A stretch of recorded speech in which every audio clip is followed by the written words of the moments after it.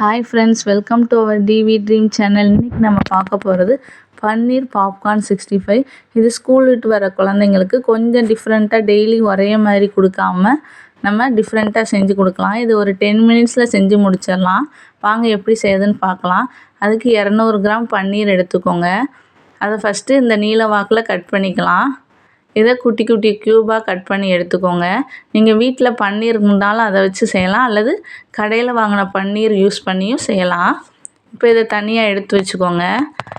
ஒரு மிக்சிங் பவுல் எடுத்துக்கோங்க. அதில் 2 டேபிள் ஸ்பூன் அளவு அரிசி மாவு, 2 டேபிள் ஸ்பூன் அளவு கார்ன்ஃப்ளவர், கொஞ்சம் தூள் உப்பு சேர்த்துக்கோங்க. இதோட காரத்துக்காண்டி கொஞ்சம் மிளகாய்த்தூள், மஞ்சள் தூள், மல்லித்தூள், கரம் மசாலா.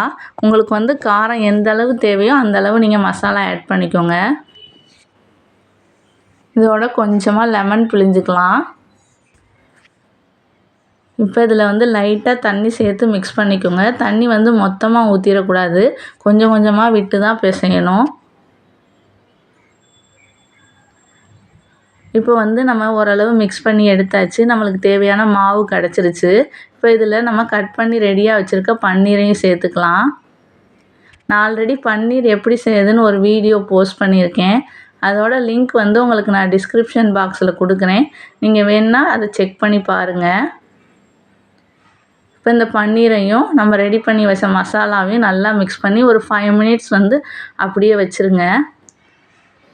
இப்போ நான் ஒரு கப் அளவு கார்ன்ஃப்ளேக்ஸ் எடுத்திருக்கேன், அதாவது சோள அவல்னு சொல்லுவாங்க. இதை எடுத்து மிக்சியில் பொடி பண்ணி எடுத்து வச்சுக்கலாம். அப்படி நீங்கள் இது இல்லாட்டி பிரெட் க்ரம்ஸ் கூட சேர்த்துக்கலாம். இந்த சோள அவல் யூஸ் பண்ணி செய்கிறனால வெளியே ரொம்ப மொறுமொறுன்னு கிறிஸ்பியாக இருக்கும். அதனால தான் இதில் டிப் பண்ணி போடுறோம். இப்போ ஒரு கடாய் வச்சுக்கோங்க. அதில் எண்ணெய் ஊற்றி எண்ணெய் நல்லா சூடானோனையுமே ஃபஸ்ட்டு சிம்மில் வச்சுட்டு ஒரு பீஸ் பன்னீர் போட்டு பார்க்கலாம். இப்போ எண்ணெய் நல்லா ஹீட் ஆகிடுச்சு. அதுக்கப்புறமா ஒவ்வொரு பன்னீராக எடுத்து நம்ம அந்த சோள அவல் வச்சுருக்கிறதுல நல்லா மிக்ஸ் பண்ணி எடுத்து நம்ம போட்டு எடுத்துக்கலாம். பன்னீர் வேக ரொம்ப நேரம் ஆகாது, டக்குன்னு வெந்துடும். இடையில லைட்டாக சிம்மில் வச்சு எடுத்துக்கோங்க. ரொம்ப நேரம் ஃபுல்லாக வச்சாலும் மேலே இருக்க கார்ன்ஃப்ளேக்ஸ் மட்டும் லைட்டாக ஒரு மாதிரி தீஞ்ச மாதிரி ஆகிடும். இப்போ பார்த்தீங்கன்னா நமக்கு பன்னீர் பாப்கார்ன் ஓரளவு ரெடி ஆகிடுச்சு. லைட்டாக திருப்பி விட்டுக்கோங்க. இந்த மாதிரி நீங்கள் சோள அவல் மேலே கோட்டிங்காண்டி யூஸ் பண்ணிக்கலாம். இது சிக்கனுக்கு அப்புறம் பொட்டேட்டோ சீஸ் பால்லாம் செய்யும்போது ரொம்ப கிறிஸ்பியாக சூப்பராக இருக்கும். இப்போ நம்ம பன்னீர் 65 பாப்கார்ன் ரெடி ஆகிடுச்சு. இப்போ பார்த்தீங்கன்னா சூப்பராக இருக்குது, பார்க்கும்போதே தெரியும் உங்களுக்கு. இது இப்போ நம்ம இதே மாதிரி எல்லாத்தையும் பொரிச்சு எடுத்துடலாம். இப்போ இது ஒரு பிளேட்டுக்கு ட்ரான்ஸ்ஃபர் பண்ணிக்கலாம். நல்லா க்ரன்ச்சியாக ரெடி ஆகிடுச்சு. இப்போ வெளியே பார்த்தீங்கன்னா பயங்கர கிறிஸ்பியாகவும் உள்ளே ரொம்ப சாஃப்டாகவும் இருக்குது.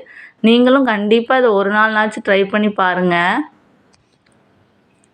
இதோட கொஞ்சமாக சாஸ் சேர்த்து நான் இன்றைக்கி சர்வ் பண்ணுறேன். தேங்க்யூ ஃபார் வாட்சிங்.